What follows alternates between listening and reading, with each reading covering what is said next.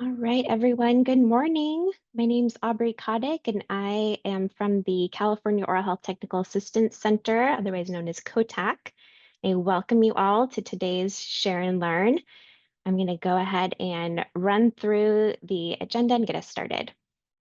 Oh, right, first, some housekeeping. So we do always record our webinars and we post them to our YouTube channel. There's a chance that a portion of the webinar today won't be able to be posted. So just wanted to let you know, but we will post the webinar as soon as possible after today. If you have any questions or comments, please drop them in that chat box. Myself and Gustavo Sanchez, the co-host today, will be monitoring all of your questions and keeping track of them. So please go ahead and use that chat box. And then as always, we really appreciate all of your feedback. We have a short evaluation survey that will launch at the end of today's meeting. All right, so running through the agenda and introducing today's speakers. We'll be starting with Lisa Behrens and Khadija Ali, who are members of the COHTAC team, who will present work about LOHP care coordination models before passing it off to 3 LOHPs who will share details about their program and the successful approaches they've used to coordinate care in their counties.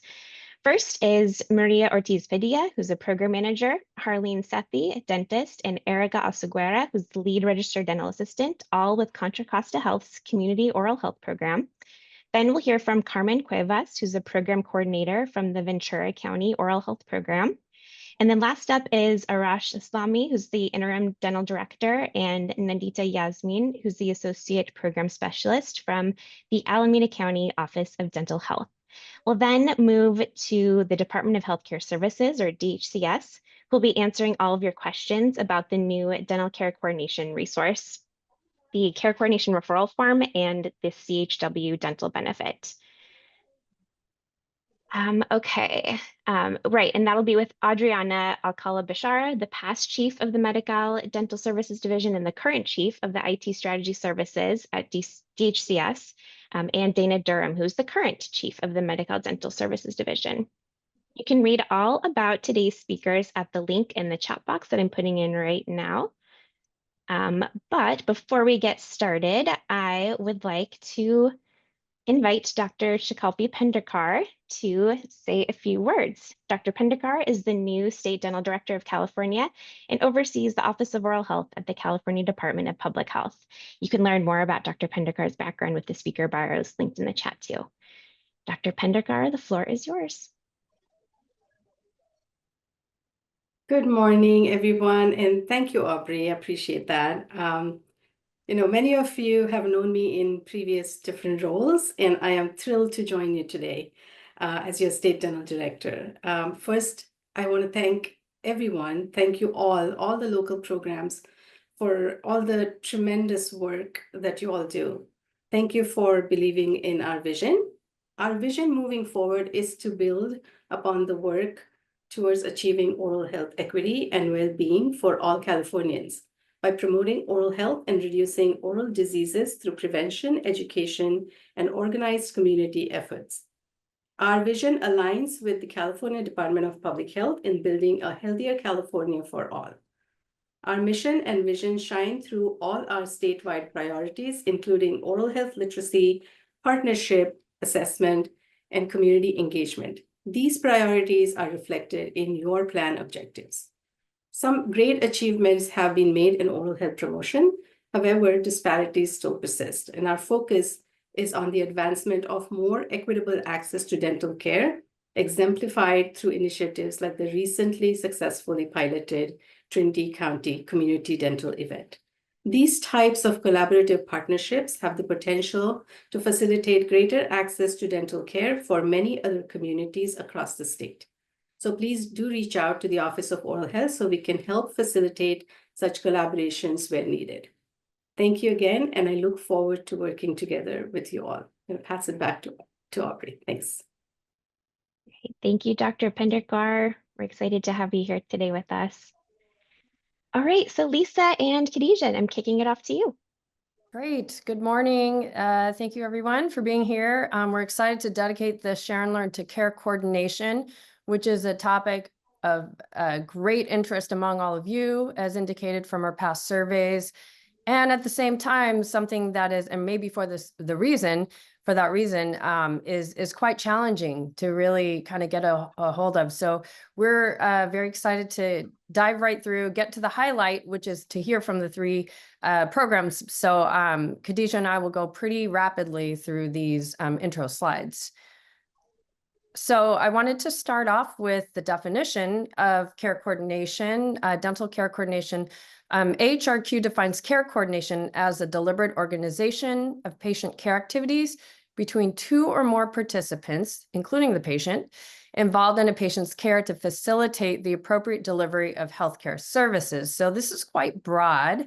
As it relates to us and local oral health programs, there's a variety of ways that programs are conducting their care coordination. It could be, some people may be focusing on the referral part. We're aiming to do closed loop referral because we know that it's not quite enough to just make referrals, but to really ensure that a family was able to receive the needed services. So that's what we're aiming for. Next slide. So specifically to your school-based screening programs or school-based programs, it is hugely important, dental care coordination. And what does the scientific literature say about school-based dental programs and its effectiveness? Well, the evidence is really inconclusive, with most studies showing limited to no significant reduction in caries. So if you're looking at caries reduction as an outcome, there's not much that we can say that school screenings does anything really to have any kind of impact, unless there are accompanying interventions. And the research does show that screenings alone can raise awareness and detect cases, but significant reductions in caries rates really requires follow-ups, such as referrals to dental care, preventive treatments, and educational programs. And so all of those things are really reflected in your work plan. And where care coordination is highlighted is 2.3, where you are implementing a dental screening program with a robust community clinical linkage system using a referral management electronic platform for connecting with parents, caregivers, and linking children to a source of dental care, and then tracking the progress of care from referral to completion of treatment plan. So that's that closed loop. So that brings us to what COHTAC endeavored. Oh, before we do that, there are some models of dental care coordination that we found to be occurring within our LOHP group here, is that some of you are utilizing your own internal LOHP staff to do the care coordination. A good number of you actually are utilizing school staff, which is a great partnership model. And then we wanted to look further, though, into these last two models. Internal partners, so within the health jurisdiction, using other divisions like MCH. And then there's external partners outside of your local health jurisdiction, or within your, outside of your division. And that could be WIC, it could be other CHWs in the community, family resource centers, et cetera. And so the objective this project that we undertook was we wanted to identify successful care coordination models, like I said, that leverage either that internal or external partner model.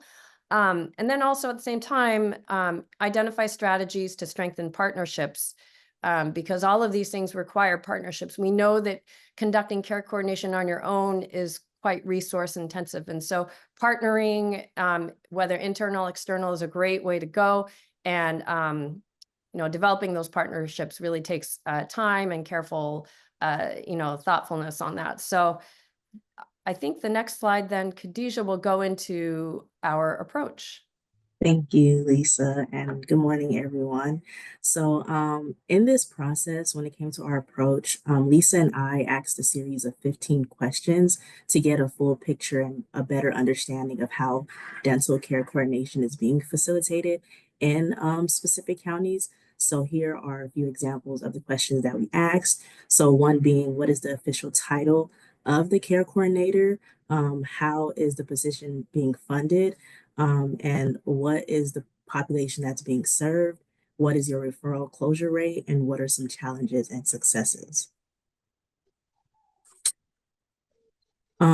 So after interviewing LOHPs in northern, southern, and central regions of California, we were able to compare and piece together some key findings. So when it comes to internal partners, we learned that MCAH, which is maternal, child, and adolescent health, is the most common partner.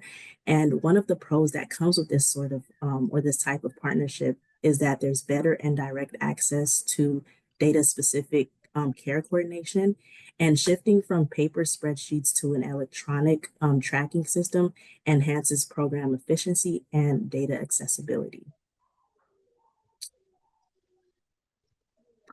And when it comes to external partners, FQHCs, which are federally qualified health centers, are the most common partner.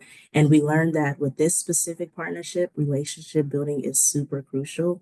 And you rely heavily on the partner to share and provide care coordination data and referral closure rate.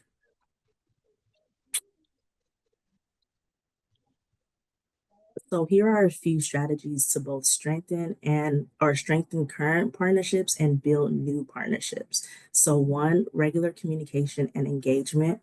2, utilizing data to drive partnerships. 3, engaging with community figures for transparency and follow through. And 5, leveraging existing resources and networks. So thank you. And I will pass it off to Contra Costa.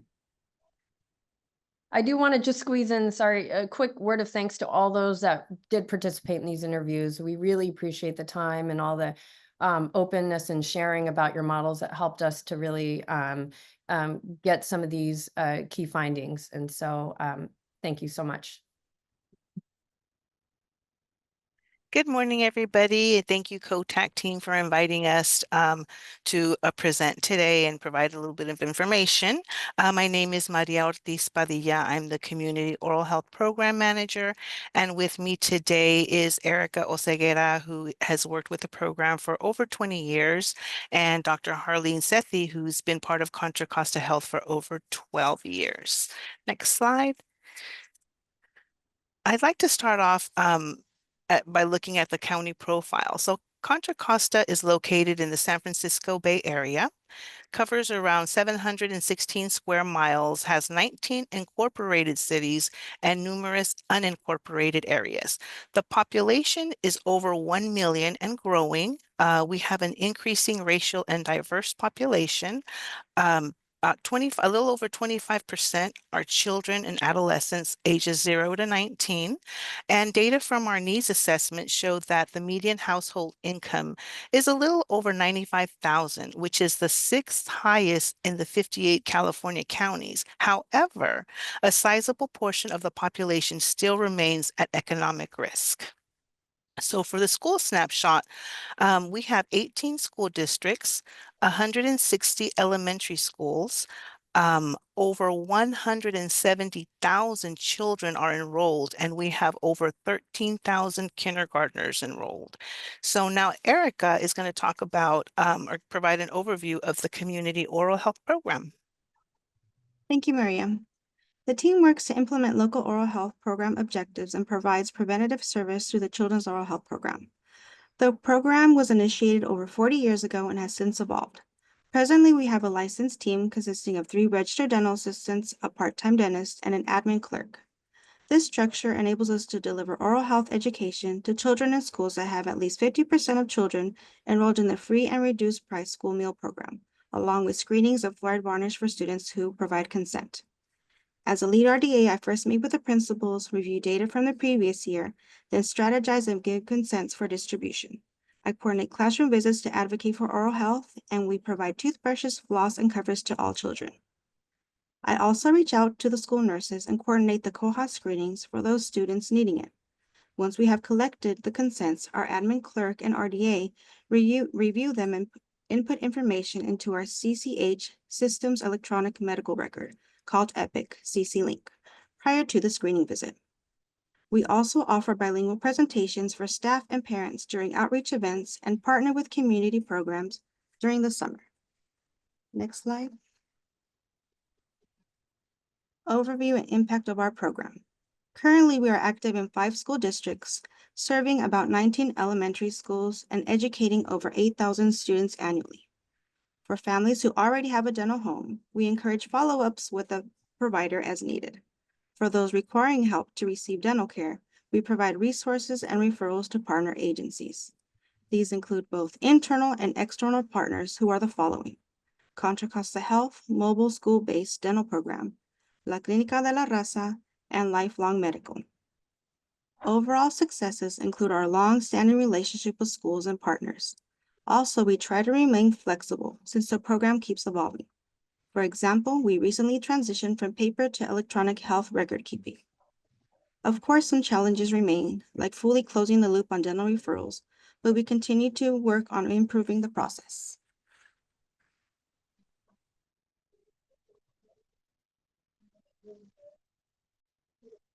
All right. So first, as Erica mentioned, consents are distributed to schools. I'll back up a little bit. This is kind of an overview, and I'll go through each bucket of our steps. So as Erica did mention,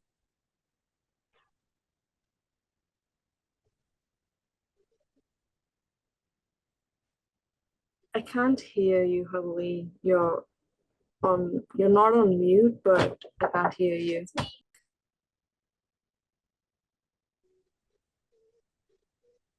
Dr. Sethi, we can't hear you. How about I try to just remove the headset? Is that better? That's great. Better. Sorry about Thank that. you. It worked during check-in, but let's Yeah. see.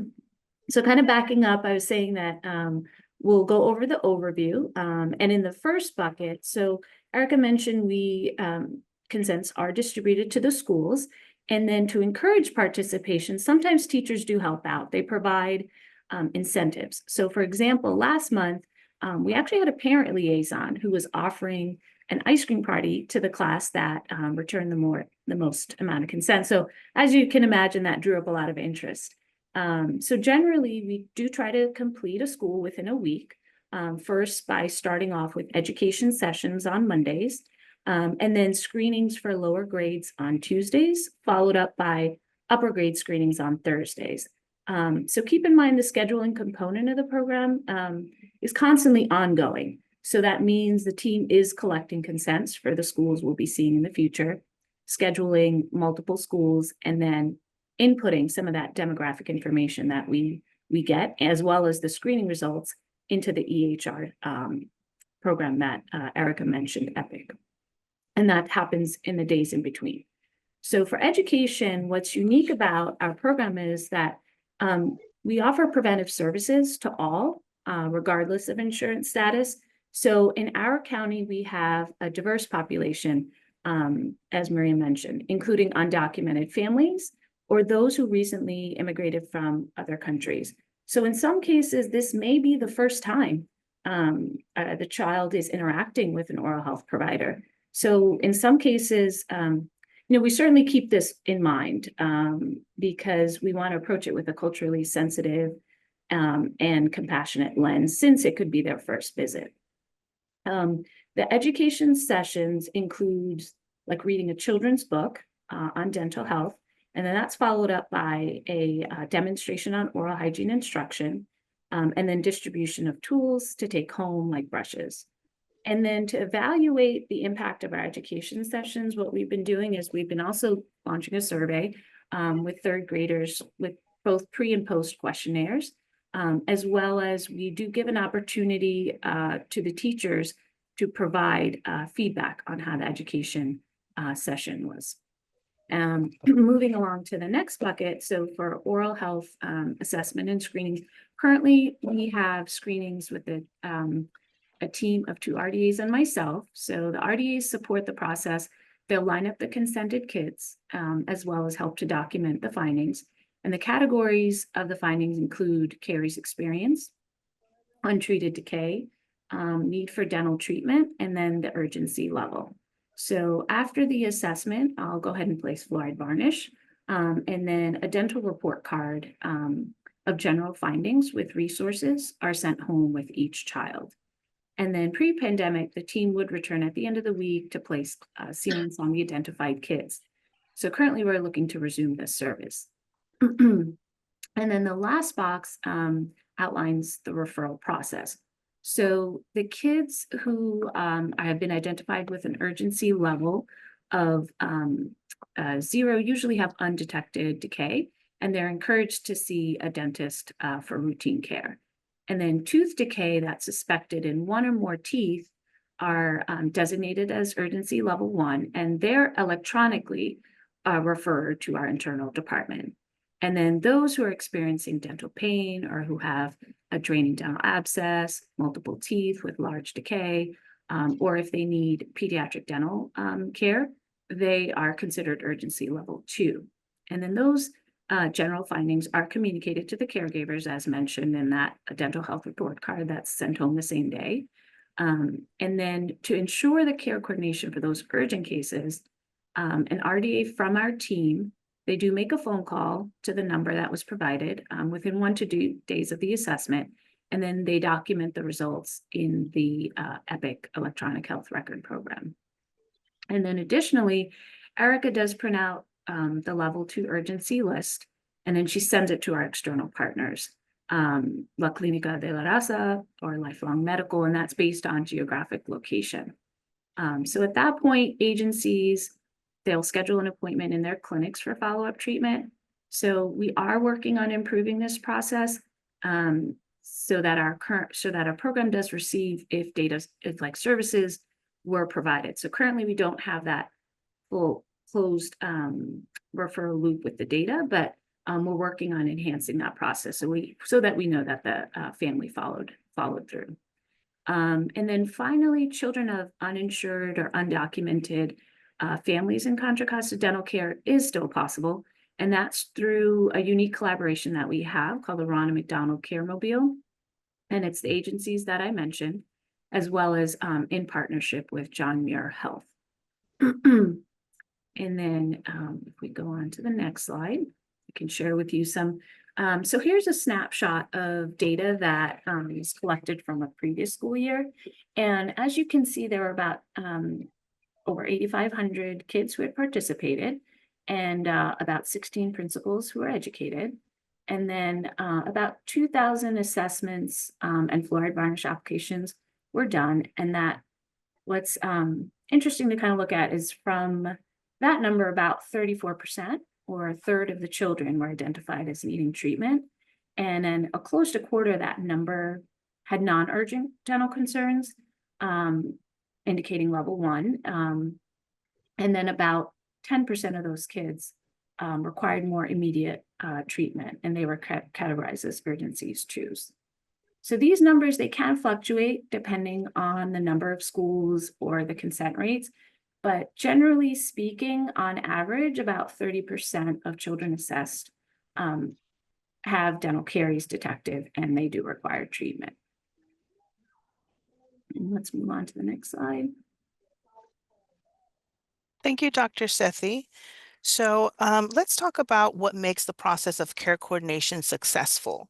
Having state leadership outline a vision and plan for county jurisdictions to prioritize optimal community oral health has been instrumental in furthering local efforts. We value collaboration, funding and support received from the state, COHTAC, as well as the opportunity to learn from other LOHPs. We also wanted to highlight Smile California because of the resources developed for both community and provider recruitment.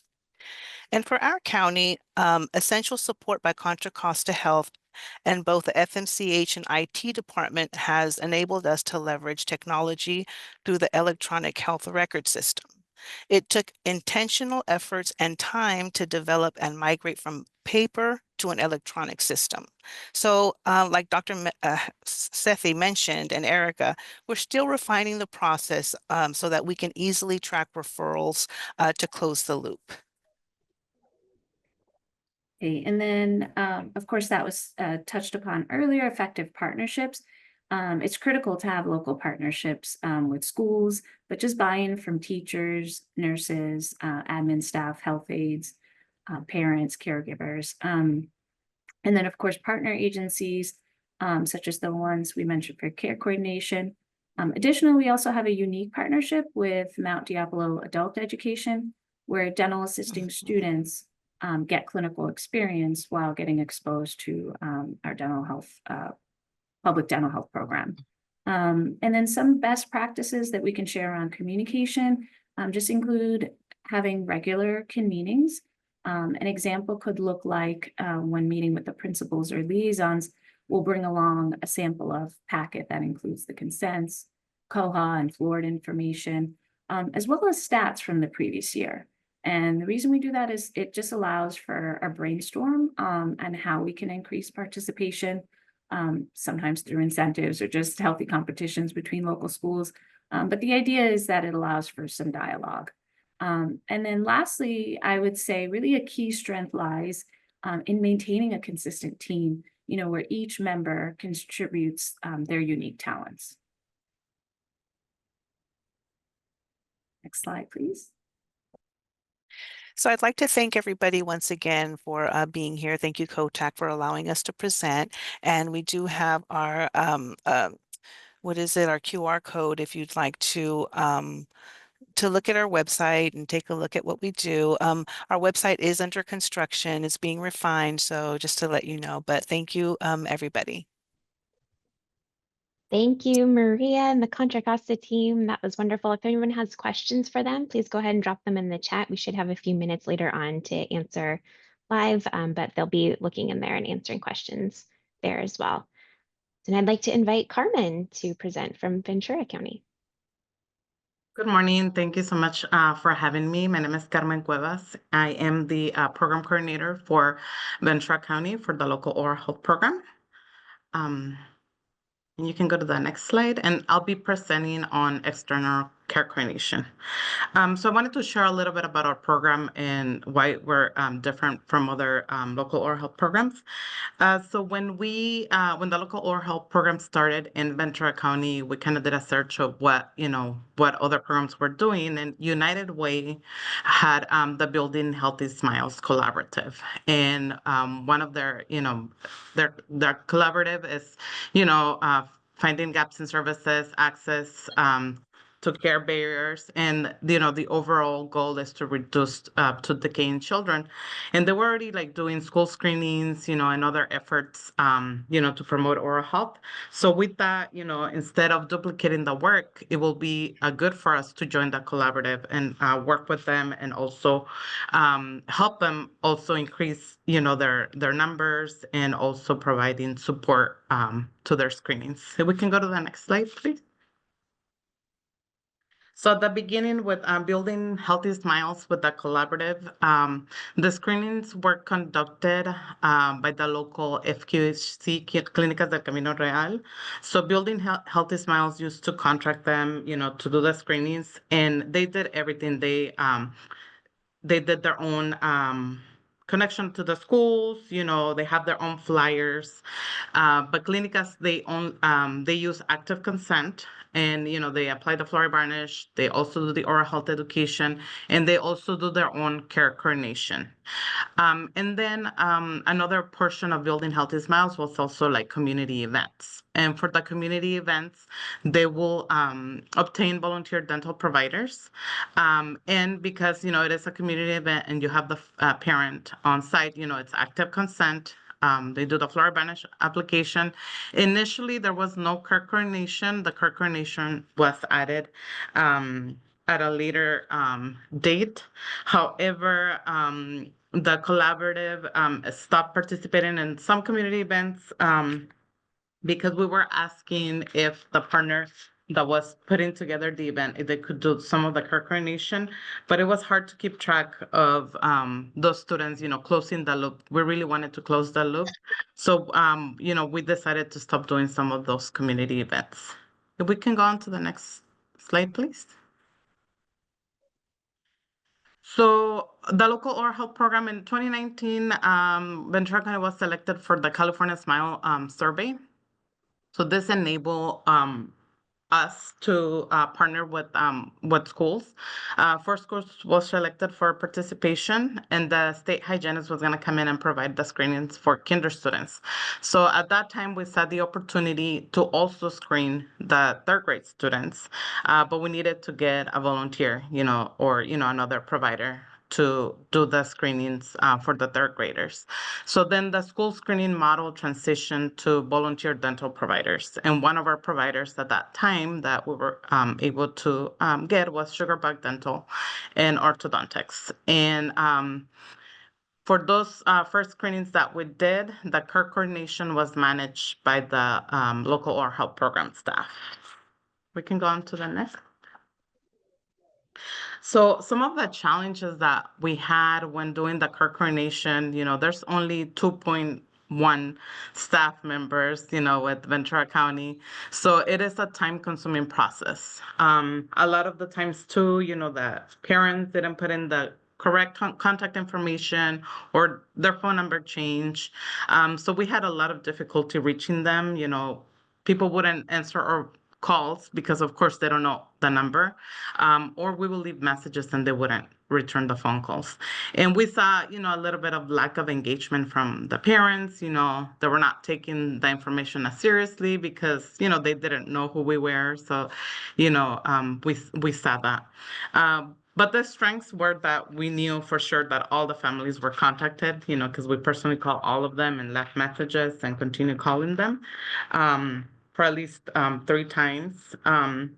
But that was one of the strengths of doing the care coordination ourselves. And if we can go on to the next one.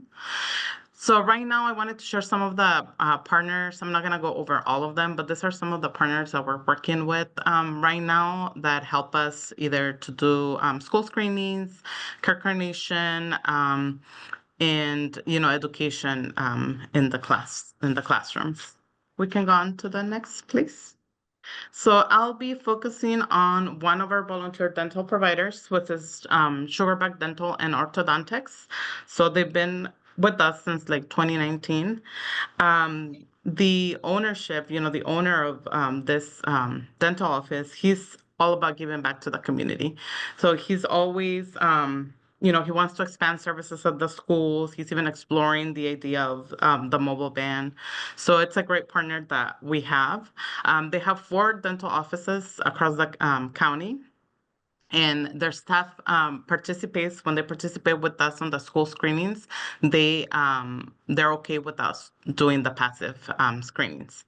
And they also have a teledentist license. So they did their own research and they saw what were some of the Office of Oral Health, some of the case management systems that they were looking at, and they got their own license. And they also have a trained patient call center staff, that is able to reach all their patients. They actually have a section in their office that is just the call center. You won't hear any phone calls in the area where they see patients.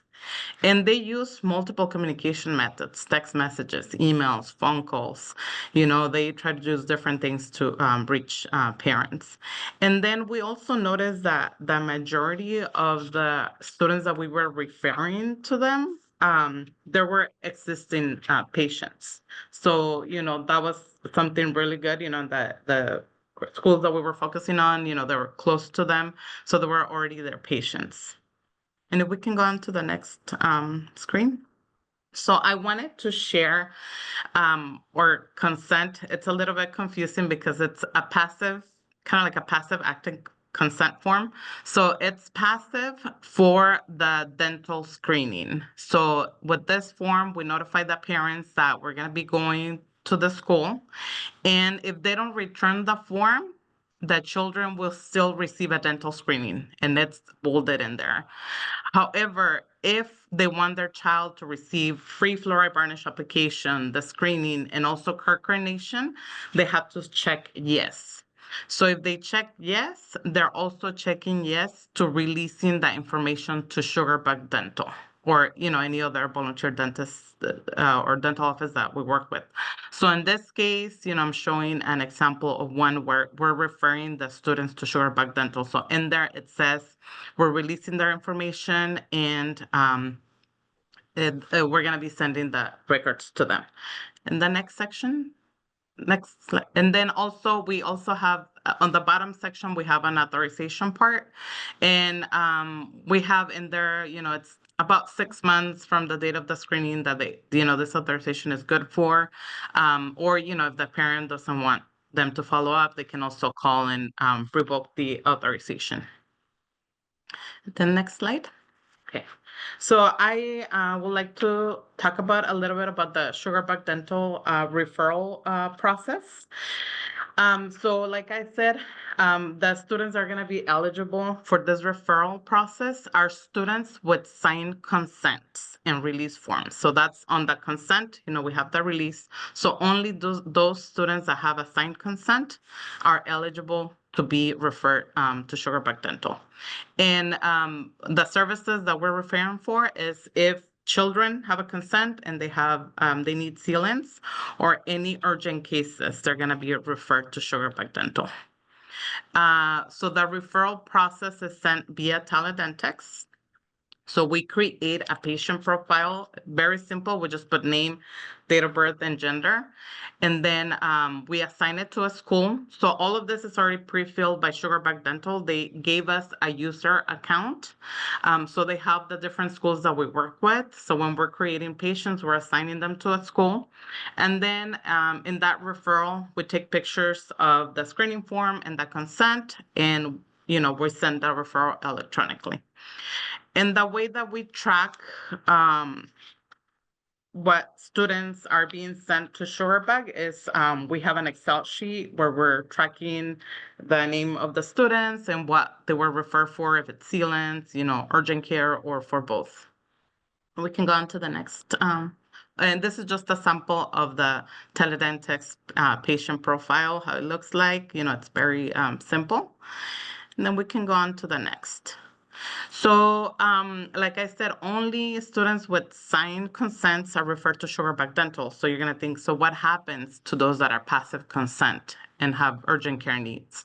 So we have help from the school staff. So we have an agreement with the school staff to follow up with only the urgent cases that need follow-up.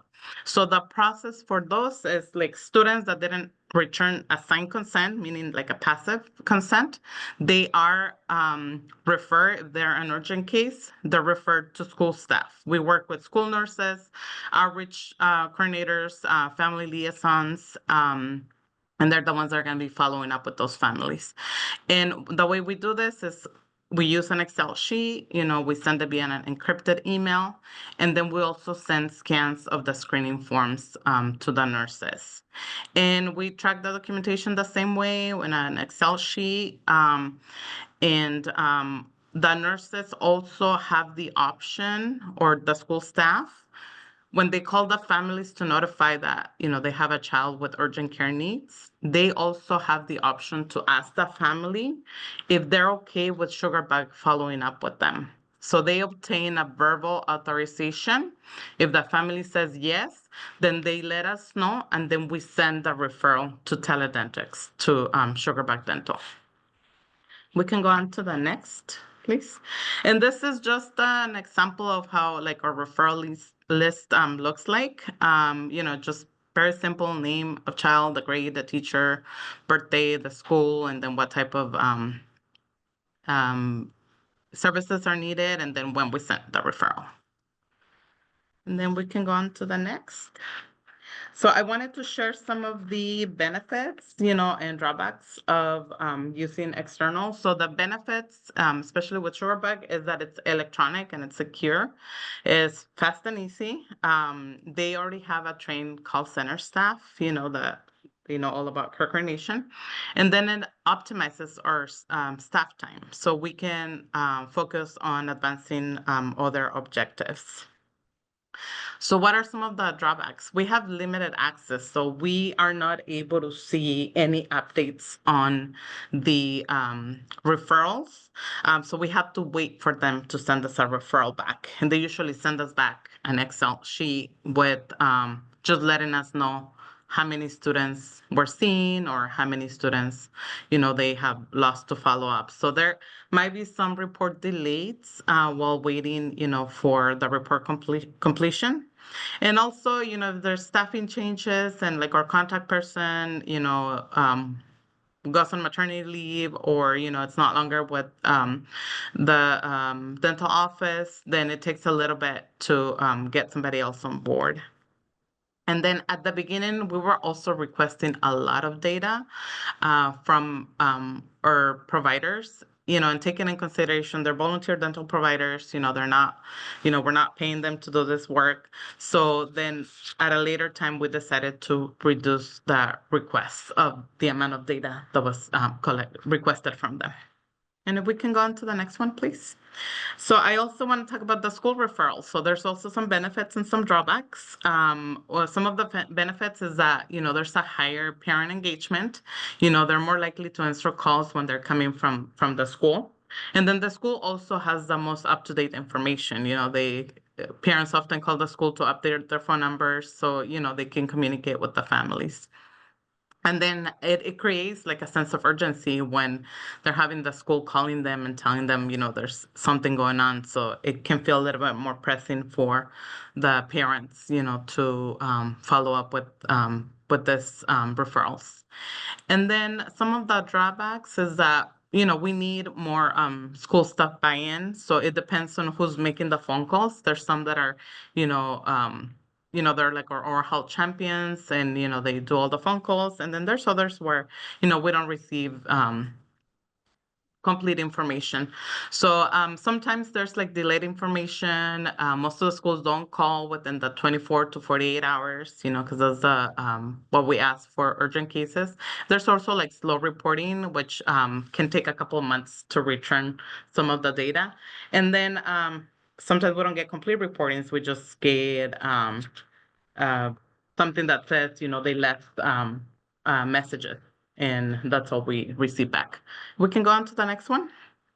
So the support that we offer COA and care coordination training to the schools and also to new providers. So for the COA section, we emphasize the importance of oral health, the COA reporting, and decreasing the COA waivers. And for care coordination, you know, we want the nurses to have all the information that they need. You know, they have to identify potential barriers and then how to overcome those barriers. And we also give them the tools for tracking their coordination effort. And if we can go on to the next one. And this, we're just sharing the numbers for last year or data from last school year. So like I said, we have two different type of providers that we work with. We work with some that are passive consent and others that are active. So from the passive consent, we screen a total of 945 students. Of those, the urgent cases, 38 were for sugar bug, 31 for the school staff. And then the ones that had the loop closed were like 10 cases for sugar bug and 10 cases for the schools. And from our active consents, they screened 162 students, and 2 of them were urgent cases, and both of them were the loop was closed. So our passive consent urgency address or like in process, you know, meaning they have an appointment or, you know, sometimes it takes more than one appointment to have the treatment completed. So our percentage rate of completion is 29%. And for the active consent, right now it's at 100%. And I believe that's all. The next slide is just our contact information. I know that we have shared like our care coordination, tracking documentations before, but if anybody needs any of that, we can, we're more than happy to share the resources that we have and that we use. Thank you so much. Excellent. Thank you, Carmen. It's chock full of information. I'm going to go ahead and pass it on to Alameda County to present. But again, if you have questions for Carmen, please drop them in the chat box and she'll take a look at those. All right, Alameda County, the floor is yours. Thank you. Good morning, everybody. My name is Arash Aslami, and I'm the interim director here with the Office of Dental Health. This morning, I have with me my colleague, Nandita Yasmin, and she is our LOHP manager. So next slide, please. So This morning, we'll give you an overview of our care coordination program. We'll give a historical background of the Office of Dental Health Care Coordination Program. We'll talk a little bit about our program partners and our process, our program impact, key accomplishments, and ODH resources. Next slide, please. So a little bit about the historical background of our care coordination program. It started back in 2001 with our Healthy Kids, Healthy Teeth program. ODH saw the need for care coordination early on. And in 2002, we launched our Healthy Smiles program, which is a program that is for uninsured or underinsured Alameda County residents. Currently, we have about 7 dental providers that we are in contract with, and they will serve the priority population that we refer to them. And then the Office of Dental Health will reimburse them for the services that are rendered. And this program has the same coverages as the Medi-Cal dental program. In 2017, when Alameda County Office of Dental Health was awarded the local dental pilot program, our program was called Healthy Teeth, Healthy Communities, and this care coordination model was then further expanded to one that included 14 agencies that were funded and a total of 27 care coordinators that worked throughout the county. We'll talk a little bit about that more on the next slide. After the local dental pilot program or Healthy Teeth, Healthy Communities, Office of Dental Health was able to leverage funding through our CHDP program to continue to maintain 2 dental community care coordinators that continue to provide care coordination to our priority populations. And in 2023, in partnership with the Office of Oral Health, the perinatal demonstration project was launched, and the perinatal population was also included in the scope of priority populations that our care coordinators served. Next slide, please. So we'll talk a little bit about the local dental pilot program. Alameda County's was known as Healthy Teeth, Healthy Communities. We were awarded $19.7 million for this DTI project. And as I mentioned earlier, we had 14 partner agencies which we funded for a total of 27 community dental care coordinators that were linguistically and culturally responsive to the community's needs. We leverage existing infrastructures for outreach and care coordination. Some of the partners included First Five, the school districts, WIC sites, federally qualified health centers, as well as community clinics. And in this project, we developed a web-based care coordination management system, which assured and linkage for families to dental appointments and support continually of the care needed. Another component that was developed during the Healthy Teeth, Healthy Communities project was our community of practice. And the purpose of this program was to ensure that the dental providers that were within our network were trained to serve our priority populations that were referred. And we were partnered with UCSF School of Dentistry to provide these continuing education complementary courses to our dental providers. Next slide, please. So after the DTI project, as I mentioned, ODH was fortunate to leverage funding through our CHDP program until the sunset, which was earlier this year. And beyond the CHDP program, we then leveraged funding through our MCAH program, which continued to fund these family support care coordinators, and we were able to maintain them. And also we've expanded and integrated their work within the existing and new programs that exist within the county. Next slide, please. We'll talk a little bit about the strategies and core values. So in the strategies, oh, sorry, did somebody say something? Okay, so we have many different strategies, but prevention, of course, is the most important, as you all know, and increasing the utilization of preventive dental services for children and youth ages 0 to 20 and the perinatal population.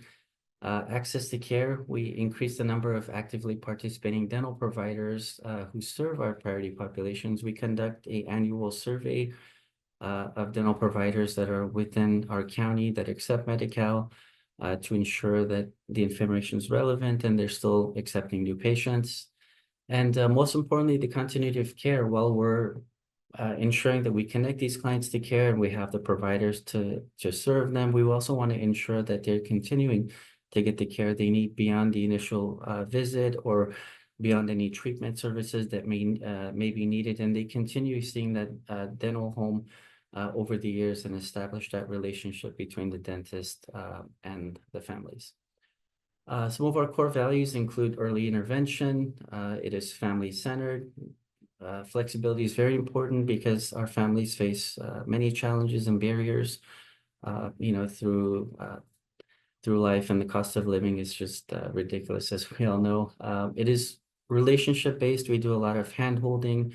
Our care coordinators ensure that they build that relationship with the families and ensure that those families also build that relationship with the dental providers. And ultimately, a warm handoff after that relationship has been built between the family and the dental home. Next slide, please. So now I will turn it over to my colleague, Nandita Yasmin, who will talk a little bit about the elements of dental care coordination. Thank you. Thank you, Arash. Good morning, everybody. So on this slide, I would like to walk you through the diagram of the care coordination model. In this diagram, you see the family support care coordinators is in the center of the care coordination model. They act as liaison between patients, partners, and the providers and ensure delivering dental care to the clients.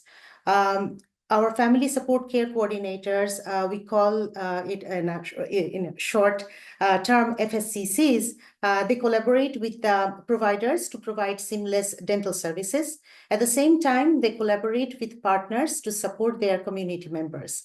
The dental care coordination model relies on data tracking, evaluation, and continuous quality improvement through communication between clinical and community partners. Next slide, please. So these are the steps that are followed by our FSCCs to help clients access their dental care. On the right-hand side, you see the care coordination workflow chart. This chart is used as an essential tool to train new care coordinators. And now the steps of the care coordination process. So after receiving referral from the program partners and partner agencies, we contact them. Then we enroll them in our program. Our enrollment program process includes collecting client information, checking their medical status, informing them about the program services and program benefits, obtaining clients' consent, and so on. Referrals without Medi-Cal are care coordinated through our Healthy Smiles program and referred to our county health insurance technicians right away to help them with enrolling in Medi-Cal. We conduct dental needs assessment that involves gathering information about clients' dental history, current oral health status to gauge the urgency, potential barriers to accessing dental care, such as transportation access, language barrier, or financial constraints that could hinder their dental care access, learning about their oral health behaviors and other needs if they have. After the assessment, we provide them with oral health education, and then we start setting up dental appointment for them. If it is an urgent need, we schedule the appointment within 1 to 2 days. If it is non-urgent, we schedule appointment in 2 to 7 days. We remind them about their upcoming appointments so that they don't forget about their appointment. We do follow up after dental appointments with dental office and the clients to confirm their attendance. For missed appointments, we reach out to clients to find out the reason for missing their appointments. Then we continue work with them and reschedule appointments according to their convenience. We schedule recall appointments 6 months to 1 year later to ensure continuity of care. We maintain regular communication and collaborative relationship with the dental office staff to ensure coordinated care and optimal patient outcome. We close the referral loop by sending the referral status update to the referral sources on a monthly basis. So throughout the process, all the encounters are documented in our Excel spreadsheet. We will be happy to share the workflow chart with you if you think it would be helpful for you to as a guide. You can tailor this framework to your process of work. Next slide, please. So Alameda County is one of the most diverse counties in the state, and we ODH try our best to serve this culturally and linguistically diverse population. So for this program, we have 2 Spanish and Chinese speaking FSCCs. And by the way, our ODH has bilingual staff too who speak Pashto or Dari, Hindi, Arabic, Tagalog, and Bengali, and can provide support when needed. We have county language line service that is very user-friendly and that covers most of the languages beyond Spanish, Chinese, and English. We have education materials in diverse languages. We work with providers that have staff with diverse cultural background in the office. Providers themselves also speak different languages. We attend outreach events that catered to our priority populations with a diverse background. And we participate in week pregnancy days, and especially those that are organized for Spanish-speaking beneficiaries. Next slide, please. Here are our program partners. So one of the key elements of our care coordination program is collaborative partnerships. So we partner with internal programs and external agencies to assist their client communities with accessing dental care in a timely manner. We also connect them with other social services available in the community based on their needs. As you see on the slide, a list of internal program partners and external partner agencies. Next slide, please. Thank you. ODH has its infrastructure to implement this program. We have advisory committees, work groups, and network of dental providers. We collaborate with community partners and programs to inform them about the care coordination program and provide technical assistance to the staff. Okay, so we have a providers network to provide services to our Healthy Smile program clients aged 0 to 19 years that are uninsured or underinsured. We have the COP program in collaboration with Alameda County Dental Society that offers CE courses to the dental professional to support and train them to improve their acceptance and capacity to treat medical beneficiaries. Next slide, please. Okay, so yeah, community outreach events and education is important components of our care coordination program. The focus of these activities is to raise awareness and educate them about the importance of oral health in the community, connecting them with the appropriate oral health resources and inform them about care coordination services that are available in the community. Beyond these efforts, they are also, they give presentations on topics related to oral health to the agency staff, such as medical staff, Head Start staff, school staff, etc., so that they can use their knowledge in work with their clients. Next slide, please. Here are the sample of our care coordination forms to collect clients' information. One is for our regular care coordination program, and the other one is for Healthy Smile program. These forms are available on our website. Anyone can refer their clients to us for care coordination services by filling out this form. And I would request Arash to go over the rest of the slides. Thank you. Okay, so I'll go over this real briefly in respect of time. I know that we're supposed to end at 11, so our apologies. So one of the most important components of our work is data collection and reporting a lot of the evaluation and quality improvement. We follow the RBA or results-based accountability framework to guide our work, to evaluate our programs, and ensure that we're improving the work as we go along. Next slide, please. Again, continuing program evaluation and quality improvement. We use MS Teams forms while at outreach events to collect information for privacy. We assess the needs of perinatal client satisfaction through surveys, and annually our goal is to increase our targets for program objectives by 10%. Next slide, please. Sorry, we're almost at the end. And some impacts for 2023-2024. Our program scheduled 655 appointments, of which 68% attended their appointments. We served 110 young children, 33 pregnant and postpartum individuals. We also participate in our WIC pregnancy days in our county.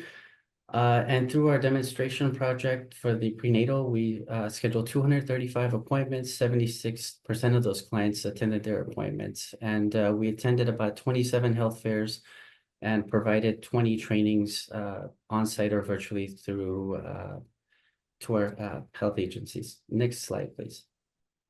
All right, and some of the key accomplishments, I won't go through it all, but we've been able to maintain our care coordination program throughout the years. We've maintained collaborative relationships with our dental providers, our local dental society, which provides the trainings. And our goal is to have a 65% show rate for the appointments that we schedule. And we're constantly recruiting dental providers to be part of our Healthy Smiles program and our regular care coordination program. Next slide, please. I think we're at the end here. And these are some of the resources which you could find on our website. I'll put the link in the chat. And with that said, I'd like to thank COHTAC and you all for this opportunity to present. And lastly, I just want to acknowledge Dr. Bahar Manzadeh, who designed the Healthy Teeth, Healthy Communities project. And this is our information here. Sorry, Aubrey. No, it's okay. Thank you so much. You really ran through you. it all. And just for everyone, you'll have access to their slides afterwards. And so you'll be able to read it more in depth and have all their contact information if you have questions. And again, if you do have questions for Alameda County, please go ahead and drop them in the chat. But now I will turn it over to Dr. Pendergar to introduce our next section, the DHCS team. Thank you, Aubrey. Super excited to introduce our next two speakers. And, we've worked so closely with DHCS Medi-Cal Dental Division. So first, I'd like to introduce Adriana Alcala Bashara. She has now transitioned. She serves as the Chief of the IT Strategy Services Division and the Chief IT Strategy Services Officer at the Department of Healthcare Services. In this critical role, Adriana leads the development and implementation of DHCS's comprehensive IT strategy and planning. She oversees the IT-related enterprise system, architecture, governance, portfolio management, and administrative operations, ensuring that DHCS's technological infrastructure aligns with its mission to enhance the health and well-being of Californians. Previously, Adriana was the Chief of the Dental Services Division at DHCS from 22 to 24, where she managed and oversaw Medi-Cal dental fee-for-service and managed care. Under her leadership, the program significantly advanced in the innovation, methodology, and delivery of essential dental services to over 15 million Medi-Cal beneficiaries.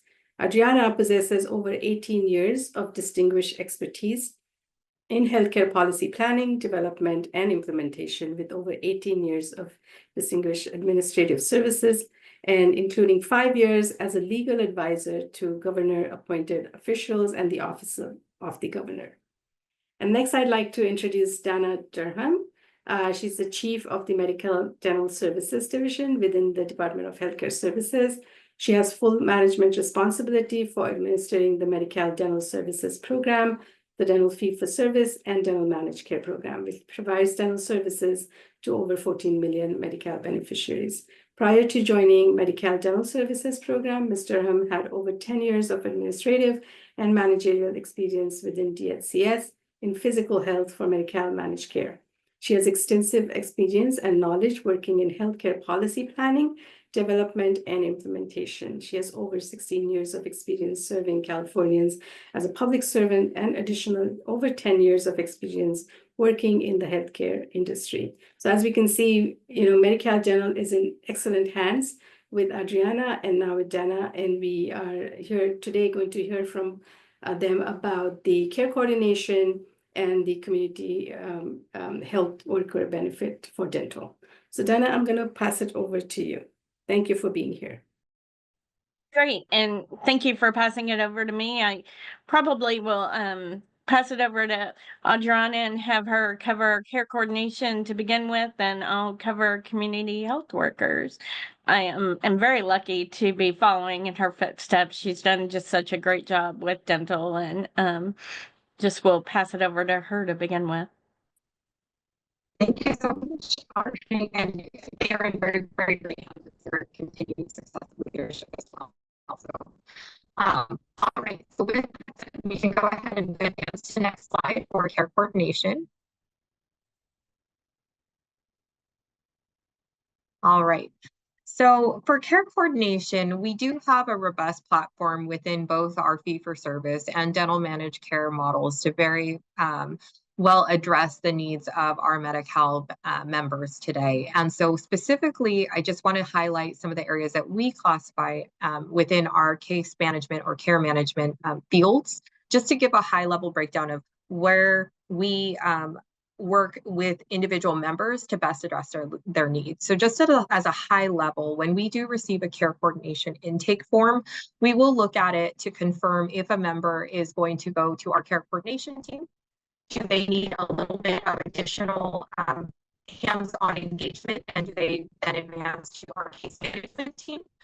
Or do they need to go into a very select area that we call case advocacy? And that one is where we find to have the most intensive aspects of case management to ensure that the member is Adriana, I'm so sorry. Your audio is really distorted and breaking up. I'm wondering if there's another way that you can join audio. Ooh. Is it still, let me just try one thing really quick. Is that better? It's better now. Yeah, it's better now. It's fine now. Yeah. Very interesting.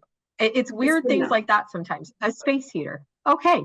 So it's the little part in the background. All right.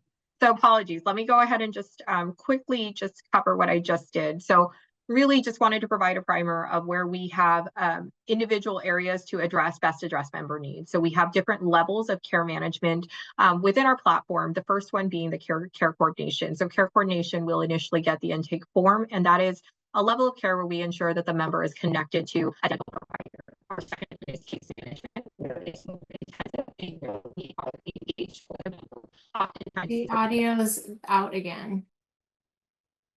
Okay. With her audio going in and out, let me go ahead and I will cover this. And so sorry. That's okay. So really care coordination in general is just making sure that the individual gets their care coordinated. And we really feel like this is something that we're really excited about, both in fee-for-service and in managed care. And it just is ensuring that the individual gets connected to where they need to get connected at the right time, at the right place, and in the right way. And it's being able to access the appointments and also ensuring that they have the language assistance and transportation that they need to get where they need to get to. If I'm going to ask you to go ahead and go to the next slide, please. The impact is really pretty extensive, and we feel like it has really made an impact. And so it enables various people to use the system in various ways. And so what we've done is we've got this form that enables people to talk about what needs are there, and it can be used in various ways. And it's a form that school nurses can use as well as others can use to talk about what's going on with an individual. And I'll ask you to go to the next slide, please. Who can request? So pretty much, if you'll look at this form, almost anyone can request.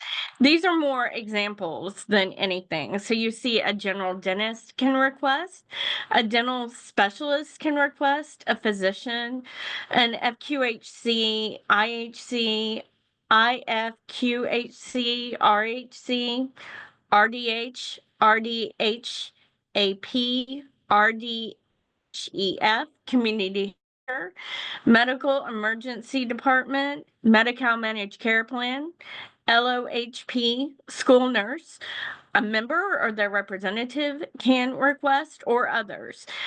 We've been asked to add others to this form, and we are looking at adding a couple others, but these are more examples than to be really to be capture everyone, just to say that.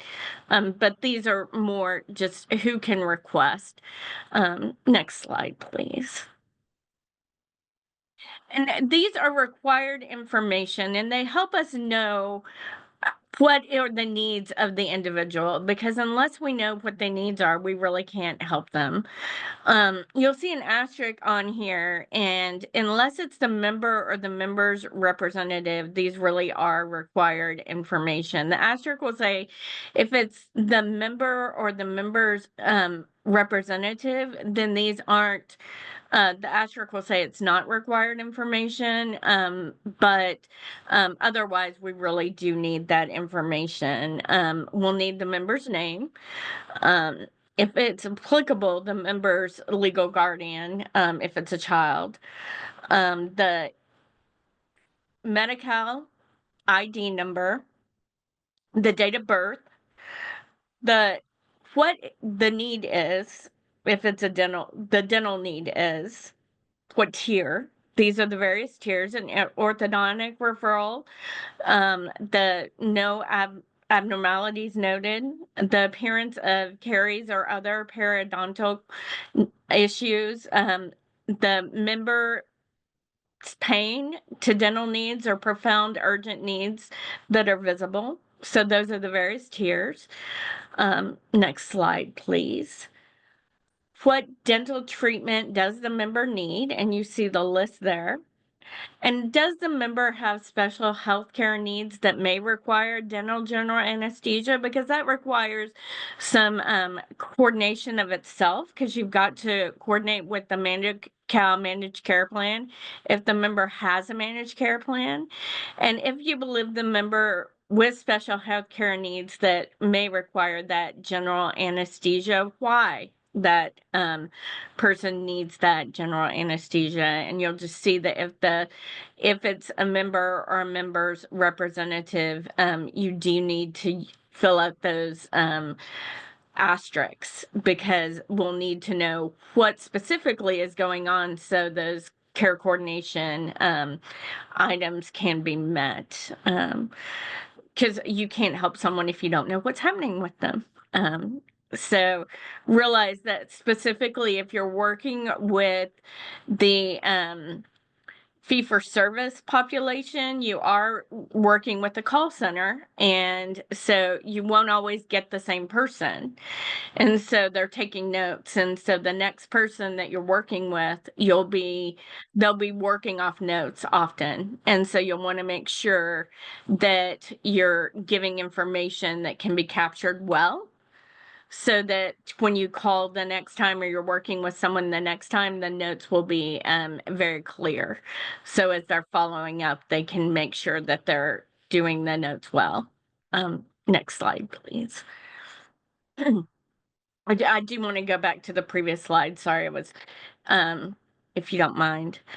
Go back to the previous slide. So on this care coordination, we do want to make sure that this is accessible, and we have been able to really use this well. It is new, and we're kind of at a walk stage, not run. So when you start something new, you start to crawl, and then you walk, and then you run.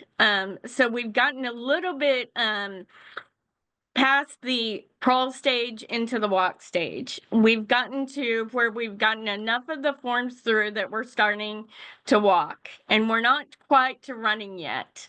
And we're very proud of how we've gotten going so far, and we've got a lot more to learn.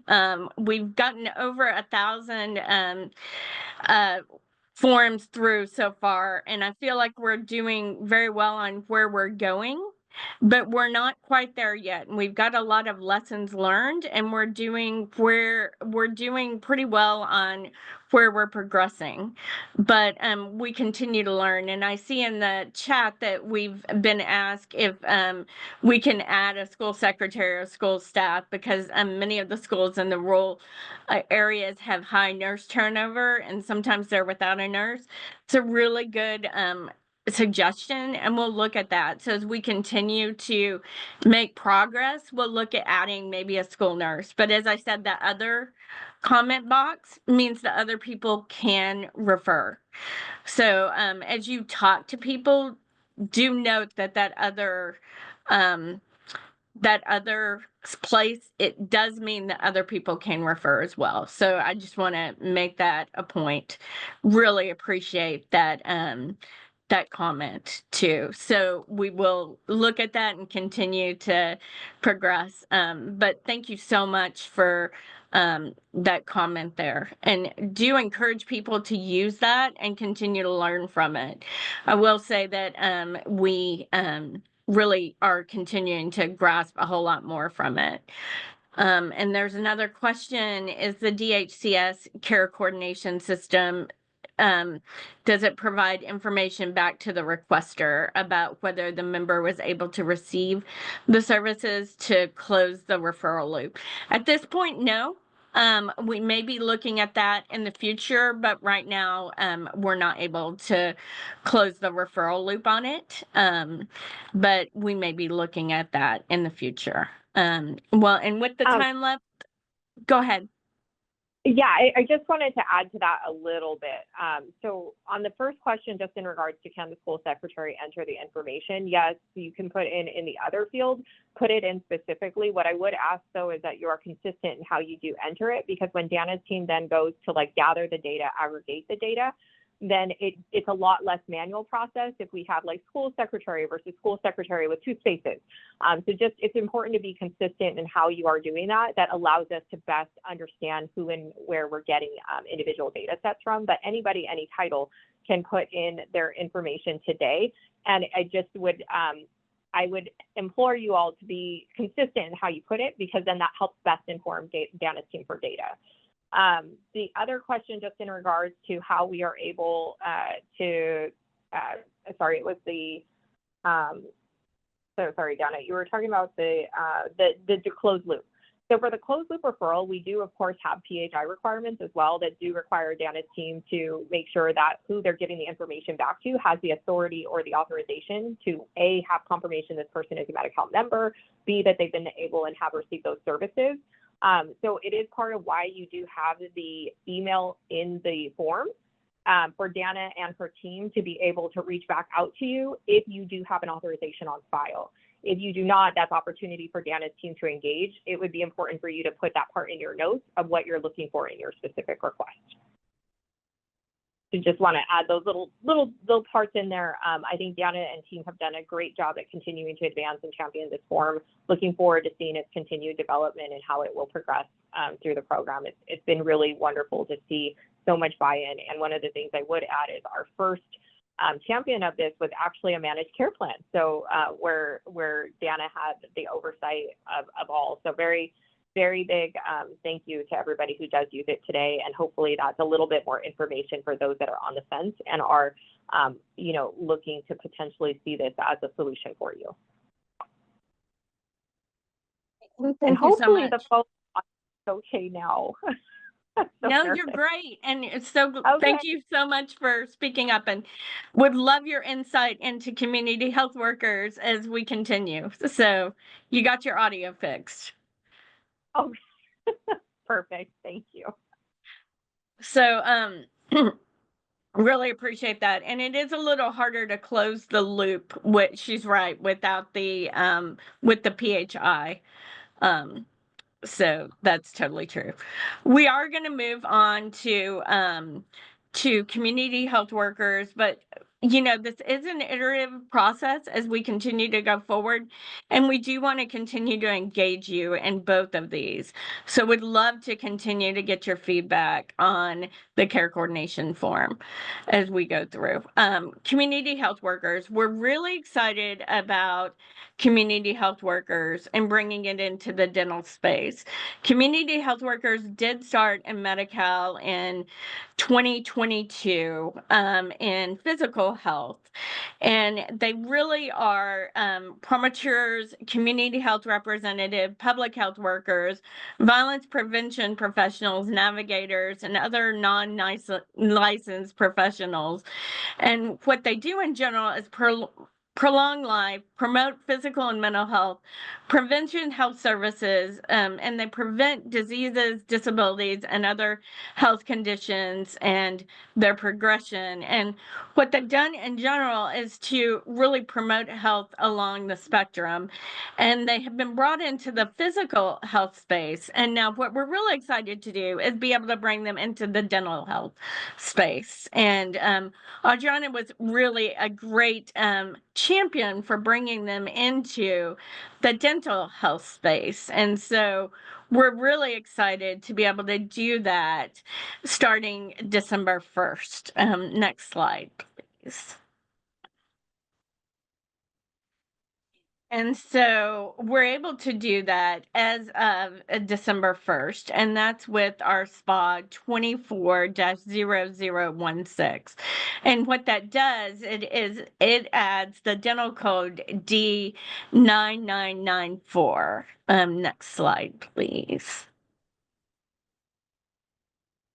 And what we want to point to is we made updates to Section 4, our treating members, and Section 5, the manual code of criteria and schedule maximum allowances, the SMA. We also are finalizing our APL. Right now, it's with the managed care plans just for final comment, and it should be coming out soon. Next slide, please. And what it covers for CHW dental services, it promotes members' oral health, addresses barriers to dental care, provides information aligned with recognized oral health standards. It assists members in accessing oral health care, connects members to resources, dental transportation, interpretation, and transportation services, serves as a cultural liaison or assists in creating a care plan, facilitates outreach and resource coordination. It assists with screening and assessment. So it allows non-licensed assessments and that connects members to appropriate services for improving oral health overall. It really is a great way to assist people who don't know how to navigate a system to lessen the disparities that really happen because people don't know how to access a dental system overall.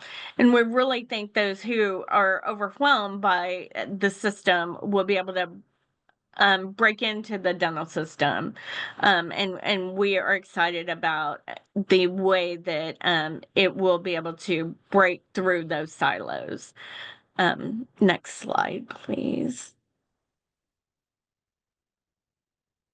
CHW services are deemed medically necessary for members who have one or more chronic health condition, and that can include behavioral health, have experienced violence, trauma, or at risk of chronic conditions or environmental health exposure, face barriers to meeting oral health or oral health related social need, or would benefit from health preventative services.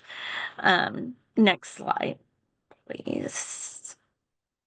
The recommending provider determines if a member meets the criteria based on one or more of the following. And there's a lot on this slide, so I'm going to pause on here for a minute and let y'all read it because it would take me a minute to go through it, and I think y'all can read it quicker than I could go through it.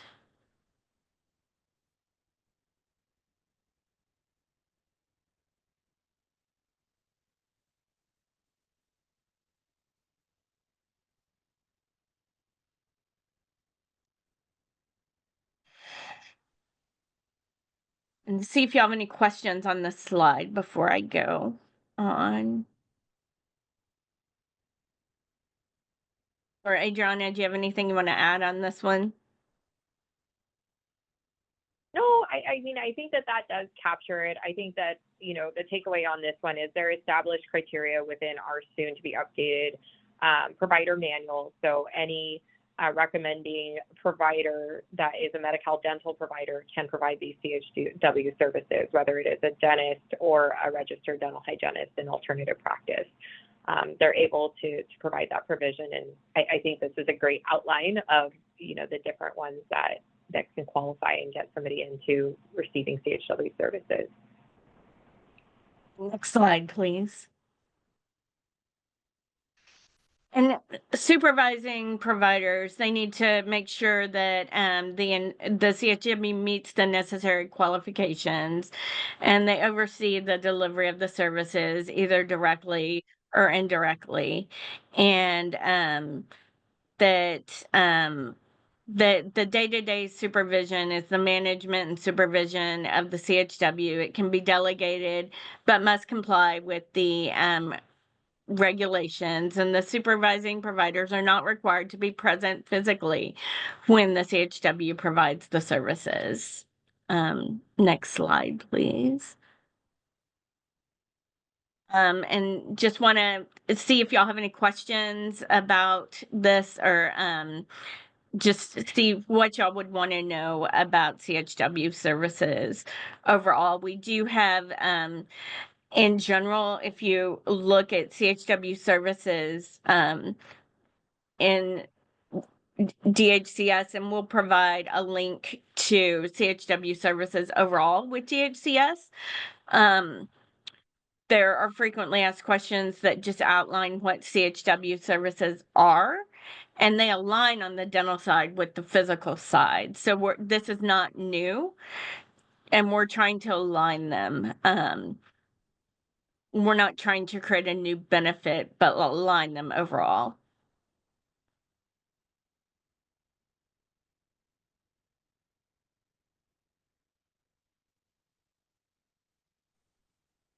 Thank you so much to the DHCS team. There are questions in the chat. It looks like Adriana has been answering them as possible. There is a question about how the CHWs are trained and tested, and how you might be able to get a staff member qualified as a CHW. So there are specific CHW trainings, and they will be outlined in the APL, and I will follow up with the link to the frequently asked questions that outlines that, as well as the physical managed care APL, which outlines them now, and they will be outlined in the dental APL as well. But there are specific CHW trainings. You can also talk about experiential trainings that you've had, being a premature or having experience in the field for a certain amount of time. That would qualify you for that, but you would have to demonstrate that experience. And that's outlined in the APL as well.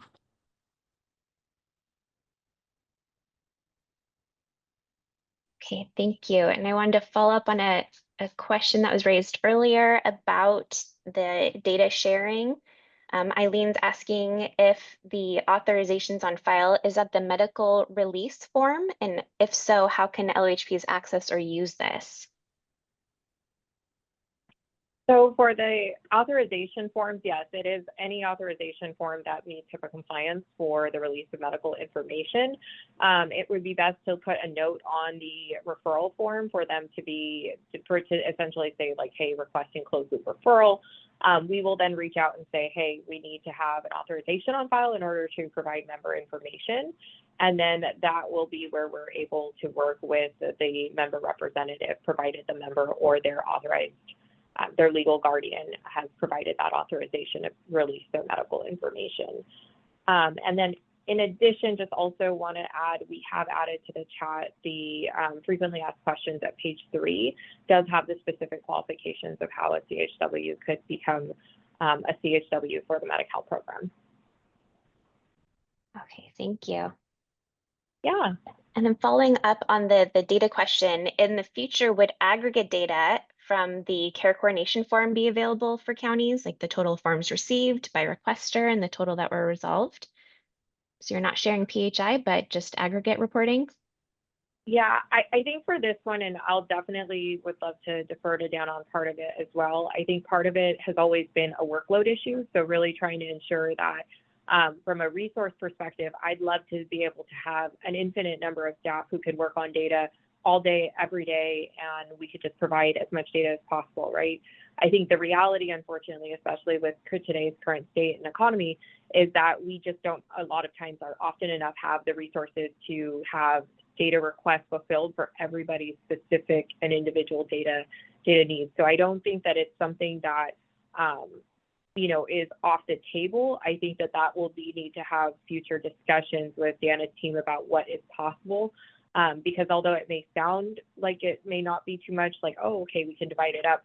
Remember, there's a lot of manual process at this time right now because of, for example, like how we're getting in the other category. You can aggregate the data, but would that be enough for the end user to just know like it's an other and that becomes a manual process? So there's a lot of different data elements as we look into like data mesh or data fabric for what can be provided and what would be satisfactory to the need, because it's not enough for us to just provide the data so much as it is like what value or service is that providing to the requester? Are we able to align and have the alignment there without expending resources that we may or may not have? So I think it's always like an interesting question, I'd say, from that request perspective. But Dan, if there's additional context, of course, please jump in if that's your area. I totally agree with the way you answered the questions. Very eloquent, right on spot. I know it's like we'd love to have the infinite resource of data. Oh my goodness, that was my wish list. But yes, thank you. Right, there are a couple of more questions, and we are over time, but I'm happy to stay on and keep the call going. And so I'll just keep asking them. There's a question from Eileen. Could a Medi-Cal dental provider who completes COA forms for a school assign a CHW for children that are identified as high urgency? I'm sorry, can you repeat that one more time? Yeah, so could a Medi-Cal dental provider who completes the COA forms for a school assign a CHW for children that are identified as high urgency? I'm not sure I'm understanding the question. Eileen, can you provide context on that? Like, yeah, so come on. Sure, and it's great to see you, Adriana. You have a lot of local oral health programs on the call that have that are either bringing dental providers to perform screenings, complete the COA forms, and then there's the section in the COA form where, like, if the child has a high urgency, would need to be seen.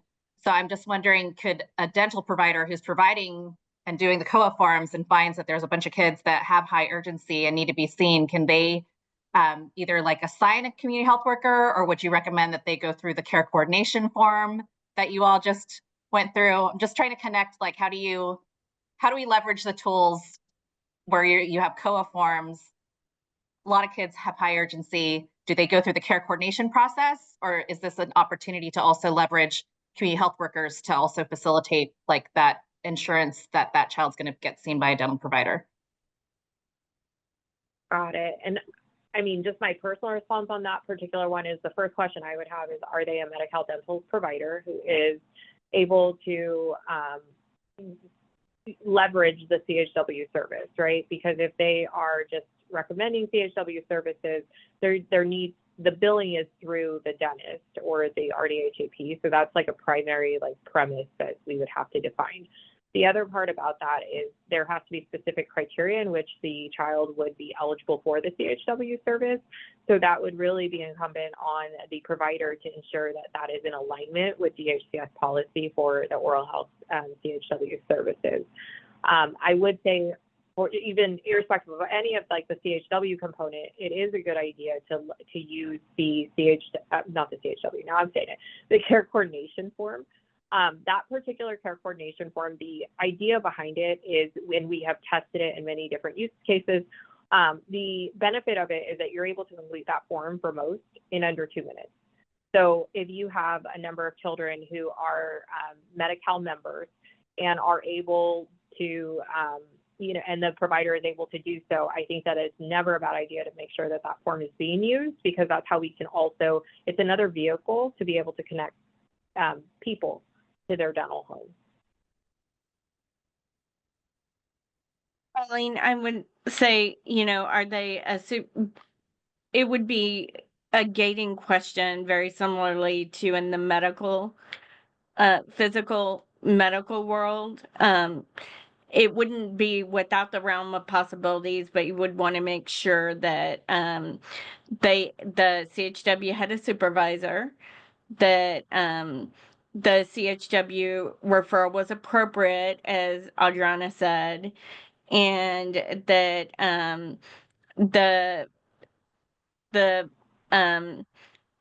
the individual didn't already have a ECM provider or a CHW relationship, so they weren't receiving a overabundance of care coordination. So you'd want to make sure that you weren't conflicting on a lot of things, but at the same time, you want to make sure that they're getting appropriate help. Yeah, that makes sense. I think from where I sit, it might be helpful to like come up with scenarios where, the LOHPs are really trying to establish and expand their school dental programs and really trying to leverage all the tools at their disposal to get that child to care. So I think it just might be helpful to like run these things through. So I really appreciate your answers to this question. There might be other instances. Yeah. And so I'm not saying no. So feel free to run scenarios by us. But really don't want to give a blanket yes either.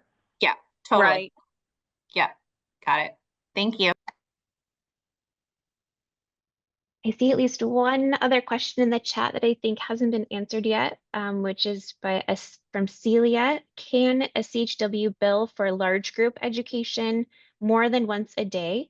For example, morning group, and then later that day, an afternoon large group. And there's a request for the link to the specific billing process. The short answer on that one is yes.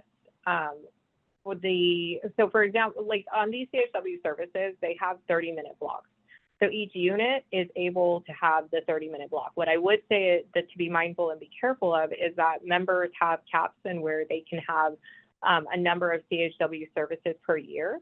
So with that said, it does need to ensure that it is not conflicting with any of the other limitations, like for example, the 12 units a year for a member. With that said, if a CHW has a morning session, and we do have specific rates for the size of the group with the Medi-Cal members, they could, part of the form, as you see on like the publication, is you're also putting in, like, for example, 9 to 9:30, I had a group. 9:30 to 10 o'clock, I had a group of this many, and it's individually billed by the member, but you are able to have multiple groups a day as part of your practice. Okay, thank you. Are there any other questions that we missed in the chat? You're welcome to come on mute and we can answer your questions.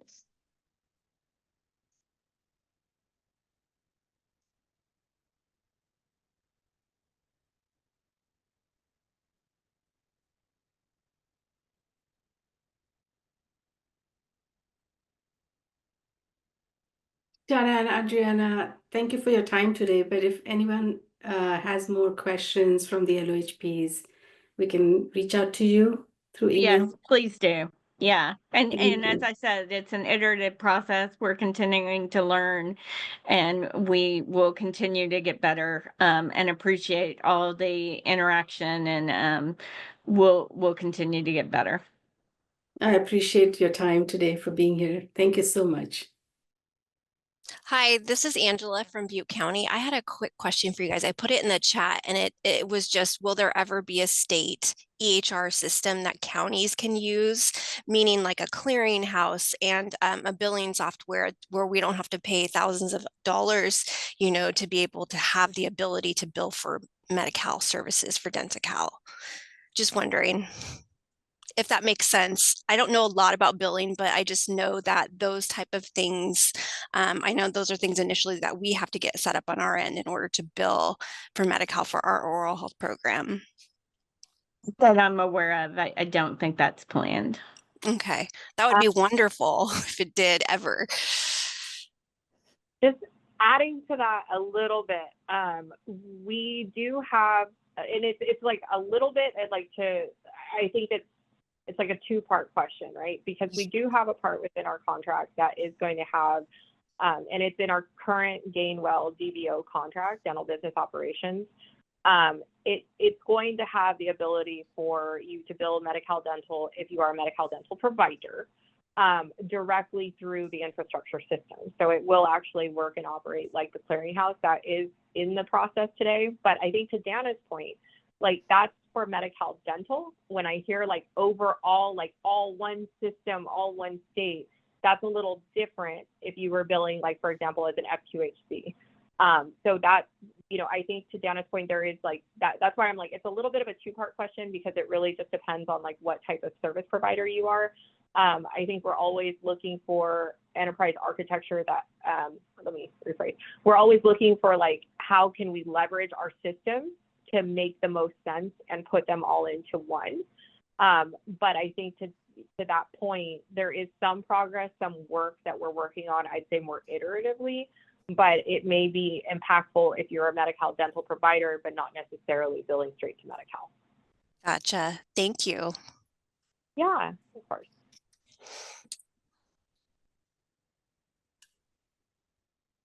Any other And questions? And someone mentioned in the chat, I think, partnering with an FQHC is probably a lot easier to go about that because they are already set up to bill instead of having the LOHPs try to bill themselves. So that's one option that is open to everyone, is to partner with the FQHCs. Thank you for that, Jamie. Any other questions from folks on the call? Can FQHCs bill for that CHW? Or does it have to be? FQHCs cannot build for the CHW unless they do a scope of change services. Mm-hmm. Now they can do a scope of change services in which they can add to their daily rate a scope of change which would include in their daily rate CHW services. Okay, so I just wanted to clarify that because we would be leaning then for that care coordination piece or leveraging that community health worker benefit then to our CBOs, our schools, and our local health departments are the three that I'm aware of. Yeah, so you really wouldn't want to use the FQHCs as your billing for your to leverage that benefit. Okay, thank you. I just wanted to clarify that. Thank you so much. And this also speaks to why we cannot have this one billing system because there's so many different types of billings that happen with DHCS. There's FQSC, there's private practitioners and so forth. So again, that's the challenge. Yeah, and I would just also add, there has been a lot of interest also with, I would say, individual dentists and billing offices. So I would say they are our local partners as well in making sure that we are able to have that outreach and community education. So while the ones that you referenced are really great resources and folks to partner with, absolutely. I think I've always been known to say, like, please also don't forget our individual Medi-Cal dental providers as well. All right. Well, thank you so much. I have to run, but thank you, Dr. Pendekar. Hope you all have a great rest of your day. Bye-bye. Thank you, Adriana. Thank you, Dana. Appreciate it. Bye. Thanks, everyone. I'm going to go ahead and launch our evaluation poll, which should be popping up on your screen now. Thanks for sticking with it for a little bit longer. also posting the link to our survey if you want to provide written comments. You can do so there.